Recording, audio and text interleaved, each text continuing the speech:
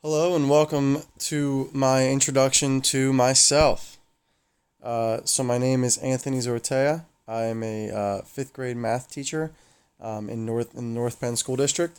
I like playing music, guitar and piano. I like exercising, and I like watching Philadelphia sports teams lose. I don't actually like when they lose, but I like watching them, and they lose. So there you go. This is my final class in my master's. I'll end with a concentration in integrative STEM. So that's me.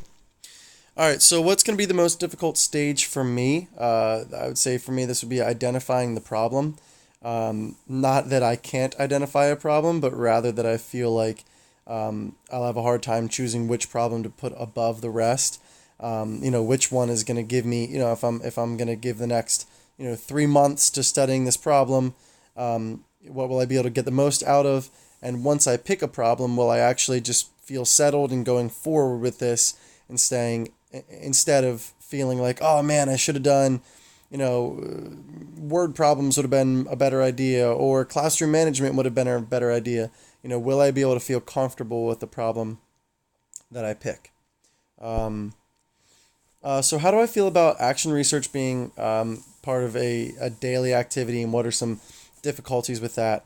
So I see two difficulties I would see is that my days would become more about me and what I'm doing, and I would lose sight of the other parts of a classroom, the classroom environment, some maybe fun aspects of being in a classroom. I might kind of miss out on that. And I could see myself, because this is what I currently do, focusing only on the negative things, and I'm only focused on what I can be done better and what problems are, and then that can lead to a spiral of negativity where you fail to see maybe some successful things that you're doing. So, which one of these stories from the field resonated with me? I went with the Julie Nora, the ESL teacher. So a couple things from that story that I felt like I could either relate to or understand. First, having difficulty maintaining a good field of players in terms of who's actually involved. I feel like more often than not, people would rather do nothing than something. So that can be challenging to kind of keep a team together. I also totally understand this feeling of preparing students for state tests, and knowing that that's fun. I'm doing this recording on my phone, and that was probably not the best time for that to come up, but whatever. Anyway, preparing students for tests, that's something I deal with as a math teacher on a day-to-day basis. Finding that mix between teaching them what I know is best, but also getting them ready.